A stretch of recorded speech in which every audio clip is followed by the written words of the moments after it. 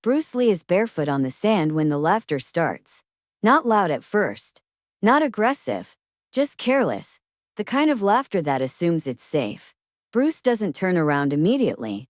He's facing the ocean, watching the waves roll in, breathing slow and controlled, hands resting loosely at his sides. To anyone passing by, he looks like a small man enjoying a quiet afternoon at the beach. To the surfers behind him, he looks weak. And that mistake is about to change everything. Santa Monica Beach, late 1960s. It's a warm afternoon, the kind that pulls crowds toward the shoreline. Surfers carry boards under their arms. Joggers move along the wet sand. Small groups gather near the water, talking, laughing, watching the waves. Bruce Lee is there alone. No entourage. No students. No cameras. He's in simple clothes, light pants, short-sleeved shirt. Nothing that marks him as famous. In America, he's still largely unknown. To most people, he's just another Asian man at the beach. But Bruce isn't there to relax. He's there to train. Bruce has always believed the body should be tested everywhere, not just in clean studios or quiet gyms. Sand is unstable. Wind interferes with balance. Noise breaks concentration. Real environments create real feedback. So he moves slowly, deliberately. Footwork drills. Weight shifts. Breath control. His movements are subtle, almost invisible unless you're watching closely. No flashy kicks. No dramatic strikes. Just alignment, balance, efficiency. To someone who doesn't understand what they're seeing, it looks unimpressive. That's when the surfers notice him. There are 4 of them. Young. Broad-shouldered. Sunburned and confident. They've spent the day riding waves, wiping out, laughing it off. Their bodies are strong from paddling and balance. Their confidence comes easily. The beach is their territory. One of them nudges another with his elbow. "Look at this guy," he says. Another snorts. "He's doing kung fu or something." They laugh louder now. One of them raises his voice just enough to carry. "Hey, doesn't that stuff only work in movies?" Bruce hears them. Of course he does. But he doesn't react. That lack of reaction bothers them. They're used to attention. Used to responses. Used to people either backing down or puffing up. Bruce does neither. He continues his movements, breathing steady, eyes focused ahead. One of the surfers steps closer. "Kung fu guys are weak," he says louder now. "All that jumping around doesn't mean anything in real life." A few nearby people glance over. A couple slows their walk. A small crowd begins to form, not because they sense danger, but because they sense entertainment. Bruce finally turns. Slowly. Calmly.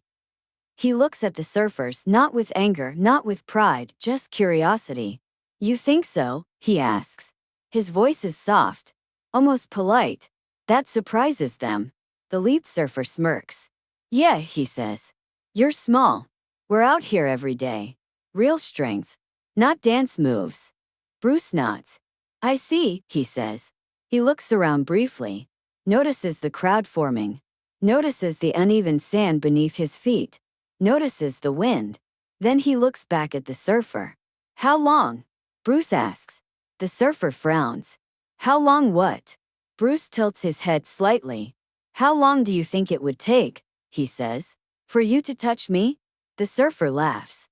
10 seconds, he says. "Maybe less." Bruce smiles faintly. "Okay," he says. "Try." The mood shifts instantly. This isn't playful anymore. This is a challenge. Someone in the crowd murmurs. "Oh man." Another whispers. "This is going to get ugly." The surfers hesitate, surprised Bruce agreed so easily. "You serious?" the lead one asks. Bruce nods. "One touch," he says. "That's all." The surfer shrugs. "All right," he says. "Don't cry about it later." He steps forward. The surfer is bigger than Bruce by at least 40 pounds. His legs are strong from balancing on boards. His arms are powerful from paddling against waves. He's not trained in fighting, but he's confident in his size. He lunges forward, reaching for Bruce's shoulder. Bruce moves. Not fast. Efficient. He shifts his weight half a step back, sand giving slightly beneath his foot. The surfer's hand brushes air. Bruce pivots. The surfer adjusts, swings again, this time wider. Bruce steps inside the motion. his body already angled where the surfer doesn't expect him to be. 2 seconds have passed. The crowd goes quiet. Bruce places one hand lightly on the surfer's wrist. Not gripping. Guiding. His other hand presses into the surfer's chest. Not hard, not dramatic. Just precise. The surfer's breath leaves his body in a sudden rush. Not because of pain. Because his diaphragm locks. He stumbles back, confused, trying to inhale. Nothing happens. His face changes. Panic. He tries to laugh it off, but the sound doesn't come out right. His knees bend. Bruce releases him immediately and steps away. The surfer drops to the sand, hands on his thighs, gasping, eyes wide. The beach is silent. 5 seconds. That's all it took. The other surfers stare. One of them steps forward instinctively, then stops. Bruce raises a hand gently. No more, he says. He's fine. The surfer on the ground finally inhales, air rushing back into his lungs in sharp, desperate pulls. His body shakes as his nervous system resets. People in the crowd don't know what they just saw. They only know it ended fast. Too fast. Bruce kneels beside the surfer. Breathe slowly, he says. You're okay. The surfer nods, embarrassed, shaken. What did you do? He manages to ask. Bruce smiles. Nothing special, he says. Just timing. The surfer looks up at him, something changing behind his eyes. Respect. Confusion. Humility. The other surfers back away slightly. No one is laughing now. No one is mocking. The crowd begins to disperse, the moment already turning into a story they'll tell later. Unsure of how to describe it, Bruce stands, brushes sand from his hands, and turns back toward the ocean. As if nothing happened, a man from the crowd approaches him cautiously. That was incredible, he says. Are you some kind of fighter? Bruce nods. Yes, he says. What kind? The man asks. Bruce thinks for a moment. Still learning, he says. And with that, he walks down the beach and disappears into the crowd. The surfer gang stays behind. They don't chase him. They don't shout. They sit quietly, processing what just happened. One of them finally speaks. He didn't even hit you. The lead surfer nods slowly. I know. He looks down at his hands. I couldn't breathe, he says. It was like my body shut off. None of them have an answer. What Bruce demonstrated on that beach wasn't strength as people usually define it. It wasn't muscle. It wasn't aggression. It was understanding. Understanding of distance. Understanding of balance. Understanding of the human body under stress. He didn't overpower the surfer. He interrupted him. Years later, stories like this begin to circulate quietly. Not as legends. As lessons. People who trained with Bruce hear similar accounts. Not about fights, but about moments where confidence met reality and lost. Bruce never tells these stories himself. He doesn't need to. He believes truth spreads on its own. Bruce often spoke about the danger of styles, about how people cling to labels: surfer, fighter, strong, weak, instead of understanding principles. The moment you believe you are strong, he once said, you stop learning. That surfer learned something that day. So did everyone watching. Bruce Lee didn't go to the beach looking for a fight. He went there to train, to feel instability, to test balance, to remind himself that mastery isn't about dominance. It's about control. Control of your body, control of your ego, control of the moment. The crowd went silent not because of violence, but because of clarity. In 10 seconds, assumptions collapsed. And in their place was something far more unsettling. Proof. Bruce Lee walked away barefoot, sand still clinging to his feet, leaving behind a lesson that didn't require explanation. Size doesn't decide outcomes. Noise doesn't equal power. And underestimating someone because they look different is the fastest way to be proven wrong. That afternoon at the shore wasn't about kung fu. It was about awareness.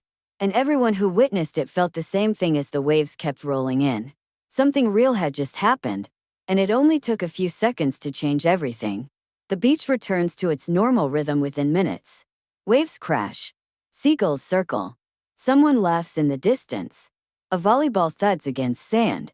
To anyone arriving late, nothing seems out of place. But for the people who witnessed it, the air feels different. They don't talk right away. They just stand there, glancing at one another, trying to reconcile what they thought they understood with what they just saw. Because it didn't look like a fight. It looked like something being switched off. The surfer who dropped to the sand sits quietly now, elbows on his knees, staring at the water. His breathing has steadied, but his thoughts haven't. He replays the moment again and again, searching for the part where he lost control. He can't find it. There was no strike to block. No punch to absorb. No strength to resist. Just a step and then nothing worked. That unsettles him more than pain ever could. One of his friends finally speaks. "Man, you okay?" He nods slowly. "Yeah," he says. "I just didn't know." That's all he can articulate. Didn't know.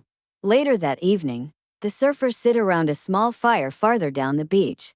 Boards rest in the sand behind them. The mood is quieter than usual. No boasting. No jokes about wipeouts or waves. Someone brings up the moment again. "I thought he was messing around," one says. "Like showing off." The lead surfer shakes his head. "He wasn't showing anything," he says. "He was just there." That's the part that stays with them. The calm. The absence of ego. They'd expected anger. Or pride. Or at least satisfaction. They got none of it. Bruce, meanwhile, walks miles down the shoreline before stopping.